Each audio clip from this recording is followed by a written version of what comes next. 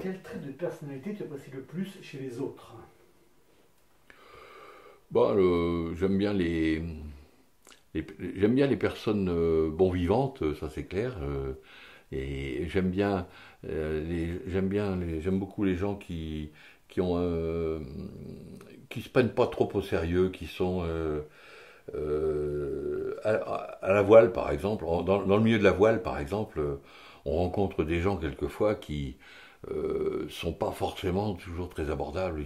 Ils se prennent pour Tabarly, alors qu'en fait, ce ne sont que des petits. Bon, et moi, j'ai pas un esprit de compétition en voile. J'aime bien me faire plaisir et là, on vient de vivre 4 jours avec les voiles latines. C'était formidable. Il y avait des gens de tout milieu, de toute forme, et ils étaient tous passionnés par le plaisir d'avoir retapé des vieux bateaux et des vieux gréements. Je ne sais pas si vous êtes allé les voir dans le port, mais c'était magnifique. Et bon, alors par contre, ce qui m'a un peu surpris et déçu, c'est que d'un point de vue organisationnel, on aurait pu beaucoup mieux faire pour mettre en valeur tout ça.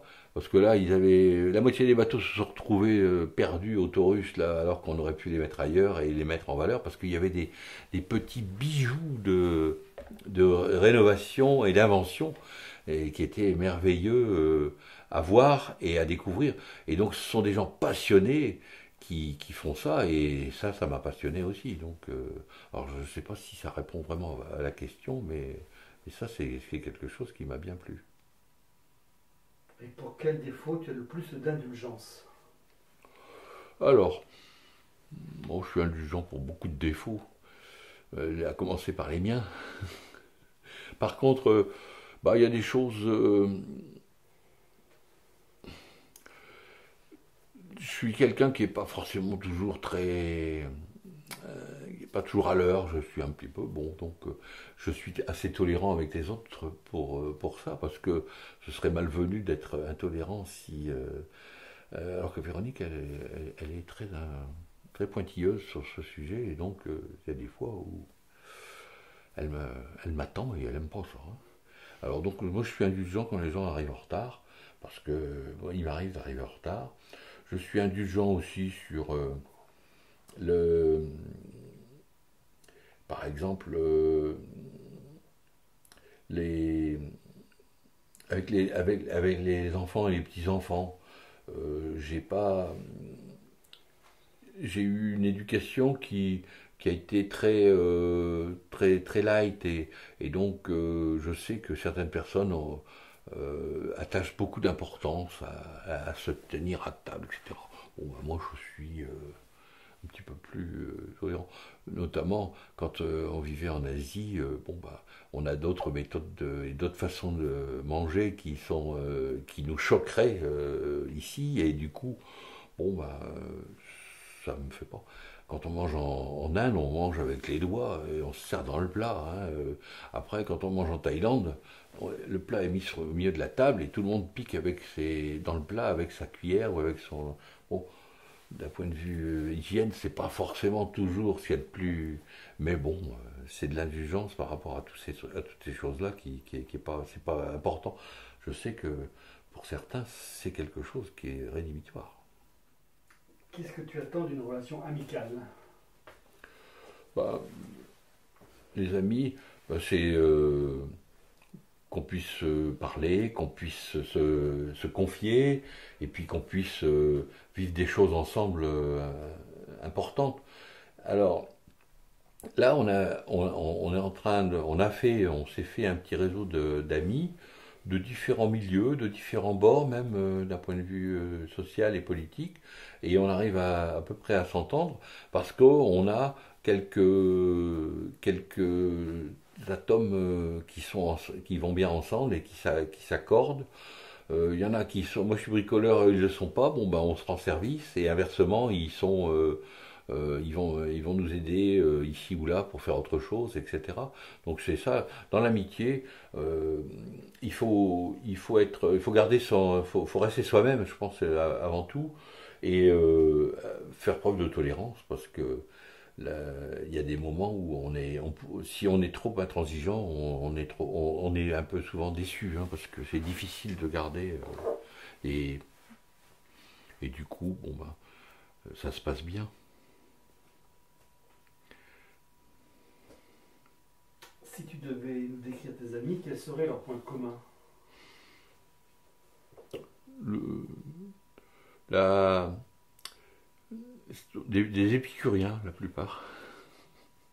Des épicuriens. Des gens qui vivent l'instant et qui s'aiment, c'est souvent ça. Alors après, j'en ai d'autres qui, après, ce sont des amis parce que ils étaient là dans les moments difficiles et ils sont là depuis toujours et depuis longtemps. Et ils ne sont pas forcément épicuriens, eux, mais ils étaient là au moment où il fallait. Et donc, c'est important quand on traverse des périodes de décès, des divorces, tout ça, c'est quand même important d'avoir des gens à qui on peut parler et des gens à qui on peut sur lesquels on peut compter. Et donc ça fait partie des choses qu'on essaie de cultiver pour les garder. Et il y a des gens qu'on perd de vue un peu, mais on garde toujours un petit contact et on sait qu'ils sont là, quoi. Tu as des vieux amis du Nord Dans le Nord, j'en ai pas gardé à proprement parler. Non, c'est Véronique a des amis d'enfance. Moi, les amis que j'ai beaucoup d'amis en Bretagne, où je suis arrivé à 19 ans. Donc, et c'est des amis de 45 ans quand même, ça compte. Mais avant, dans le Nord, j'en ai pas gardé. Alors il y a eu peut-être une rupture quand je suis parti en Bretagne à l'époque. Et les moyens n'étaient pas ceux qu'on a aujourd'hui pour maintenir le contact. Mais c'est